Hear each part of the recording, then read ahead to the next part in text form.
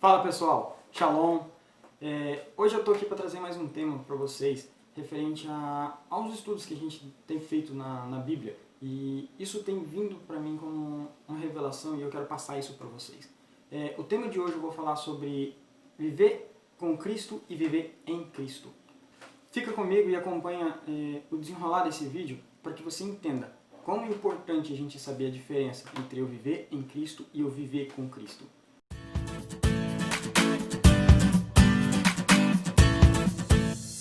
Afinal, qual é a diferença desses dois pontos, né? Você pode falar assim, para mim é a mesma coisa, eu viver com Cristo e eu viver em Cristo. Mas isso é bem diferente e a gente vai estudar a vida de Pedro no Evangelho de Mateus, nos livros de Mateus, para que possamos entender realmente esse princípio, para possamos entender o que isso quer dizer. Mas se você olhar para a palavra, você vai ver que Pedro já estava andando há algum tempo com Jesus, já estava testemunhando dos milagres e dos ensinamentos que Jesus fazia.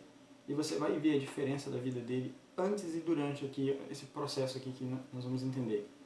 Meus queridos, eu vou estar falando aqui os temas dos livros da Bíblia e você vai acompanhando, se você quiser abrir na tua Bíblia, se você quiser olhar na sua Bíblia. Eu só vou estar falando o contexto desses capítulos e versículos e você vai acompanhando ele aí na sua Bíblia mesmo, para que você possa estar entendendo aqui onde eu quero chegar. Se você olhar na sua Bíblia, no livro de Mateus, capítulo 14, versículo 28 ao 32, você vai ver quando Pedro fala para Jesus, me mande andar sobre as águas. E ele foi. E você vê que no decorrer desse tempo ele simplesmente afundou. Você vê como que como que Pedro agia por impulso, né? Se você for olhar um pouquinho mais depois, no capítulo 15 já de Mateus, no versículo 15 também, Jesus acaba de explicar uma parábola e Pedro está lá viajando e de repente fala assim, Senhor, explica pra gente essa parábola. Jesus até fala assim, nossa, mas se você não entendeu isso, como que você vai entender as outras coisas? Em Mateus 16:16 você vê que Pedro teve a revelação de quem era Jesus, quando Jesus fala assim, o que as pessoas dizem que eu sou? Ele fala, você é Cristo, Filho do Deus vivo. Cara, top! Assim, isso a gente não tem o que dizer. Mas logo em seguida, Pedro já estava sendo usado por Satanás porque ele estava falando de coisas que realmente eram mundanas e não das coisas de Deus. É o que Jesus diz, fala assim, você está falando das coisas conforme os planos dos homens, mas o plano de Deus você não conhece. Em Mateus 17, no versículo 4, você vai ver que Jesus ele leva os discípulos até um monte e se transfigura diante deles. Ali está Moisés, ali está Elias, e eles conversando entre si. E Pedrão, mais uma vez, não sabendo o que falar, simplesmente fala qualquer coisa ali, sem sentido e sem saber o que falar, né? Então o próprio Deus vem e fala assim, olha, esse é meu filho amado, a ele ouvir. No nosso dia de hoje, seria mais ou menos assim, presta atenção no que ele está falando, mas fica de boa aí. Em Mateus 19, 27, você vai ver também que Pedro já estava discutindo ali com os discípulos, mas Senhor, falou, o que a gente vai ganhar por ter largado tudo e te seguido? Entende? Tipo assim, aquelas coisas infantis de crente infantil, vamos colocar assim. Eles tinham essas discussões de crente infantil. Gente, eles são pessoas simples, eles são pessoas normais, eles são pessoas comuns. O que eu quero que vocês entendam aqui é que eles simplesmente eram pessoas comuns que estavam vivendo e andando com Cristo. Assim, eles estavam andando com Jesus. E Pedro não para por aí. Em Mateus 26, do 31 ao 35, ele fala, Senhor, eu nunca vou te negar. Assim, os outros discípulos, os outros apóstolos, vixe, ó, pode sair vazado. Fala, mas eu jamais. Assim, falando de coisas que ele não sabia também, qual que era o propósito de Deus para a vida dele. Assim, o propósito dele não era morrer junto com Cristo. Assim, beleza, tudo bem, ele poderia não ter negado Jesus, mas o propósito dele não era morrer. Se ele tivesse falado, não, eu tô com um cara aqui, eu não abro mão, então assim, provavelmente ele teria sido morto junto. Mas não era esse o propósito de Deus. O propósito de Deus para a vida dele estaria depois desse tempo. Em Mateus 26 mesmo, você vai ver logo depois nos próximos versículos, que Jesus leva eles para orar e eles não conseguiam se manter acordados. Você vê neles ali então uma sonolência, uma falta de foco, um propósito no que eles estavam fazendo.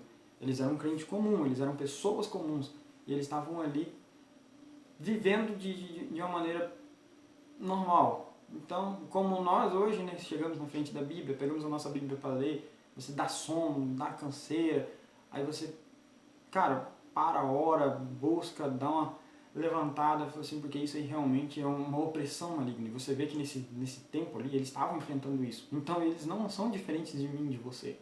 Assim, eles são pessoas comuns, eles eram pessoas comuns, que viviam coisas comuns e passavam também por problemas comuns, assim como eu e você. E esse é um ponto legal que a gente entende. Muitas das vezes nós pensamos que tem que acontecer uma grande coisa para que eu possa ser alguém importante, para que eu possa fazer grandes coisas, mas não, eu simplesmente tenho que ser uma pessoa que faz algo diferente, para que eu possa viver coisas diferentes. E aí você vai ver ali um pouquinho para frente, logo no versículo 69, 73 e 75, é onde Pedro nega Jesus as 3 vezes. Assim, entende? Tipo assim, eram pessoas que estavam vivendo com Cristo, que estavam ali todos os dias com Ele, aprendendo com Ele, vendo o que Ele estava fazendo e o que Ele estava vivenciando, mas eram pessoas, eram crentes comuns. Pedro, ele era uma pessoa comum, ele vivia coisas comuns, ele era casado, ele tinha filhos, ele tinha empresa, assim, ele tinha o seu negócio, então não podemos colocar ele como uma super pessoa, ele era uma pessoa normal. Então, ele cometeu erros normais porque ele era uma pessoa normal. Então, e agora eu quero entrar com vocês aqui nesse ponto que para mim é diferente, que para mim é o ápice do negócio, que é o viver em Cristo. Você viu aqui como Pedro era vivendo com Cristo. Agora eu quero mostrar para vocês como Pedro era vivendo em Cristo. Se você for ver, quando Jesus morre, depois que ele ressuscita, ele vai para o céu e então o Espírito Santo desce e começa a habitar dentro deles. Depois que isso acontece, a vida desses caras são transformadas de maneira sobrenatural. É assim, como mudar da água para o vinho. Não tem esse meio termo, eles foram um crentezinho melhor. Não, eles foram mudados completamente. Pedro já passa a ser líder, já passa a liderar os outros apóstolos. Assim, ele já não falava abobrinha, ele já era um cara que estava liderando os outros apóstolos. Isso aqui você vai ver em Atos 1, do versículo 15 até o 22. Ele já estava ali liderando os outros apóstolos e instruindo eles no ministério. Falou, cara, isso está errado, a gente tem que fazer assim, porque Cristo ensinou isso, e vamos partir para cima. Ele já estava com uma forma diferente de falar, de pensar, de mostrar, de se impor diante dos outros apóstolos. Já não estava mais aquela briguinha, quem que vai ser o melhor? Agora quem que vai ser o chefe agora, já que Jesus morreu? Assim, não, ele simplesmente falou, tá errado e a gente precisa corrigir. Então ele começou a trabalhar. Em Atos 2, do versículo 14 até o 38, é quando Pedro faz a sua primeira pregação, a sua primeira ministração. E ali ele simplesmente converte 3.000 almas. Agora olha a diferença. Pedrão falou lá atrás, simplesmente vem o próprio Deus e fala assim, olha, fica de boa aí que Jesus está falando, cara. Presta atenção, aprende com ele. E aqui não, aqui ele já falou e 3.000 pessoas vieram para Cristo, se converteram e viveram uma fé verdadeira. Em Atos 3, versículo do 1 ao 6, você vai ver que Pedro ministra um homem que era coxo de suas pernas e esse homem recebe uma cura que ele nasceu com aquele problema. E de repente aquele homem começa a andar e todo mundo fala assim, nossa, esse cara não era o cara que ficava ali na porta, ali, ele não era aleijado? Nossa, ele era sim, mas não, é um cara que só parece com ele. Mas você vê que tipo assim, a diferença da manifestação de poder. Se você for olhar um pouquinho lá atrás, você vai ver que Jesus, assim que ele desce do Monte da Transfiguração, tá lá um cara falando assim, Senhor, eu levei meu filho para os seus discípulos e eles não conseguiram expulsar o demônio dele. Aqui você já está vendo os caras manifestando milagres.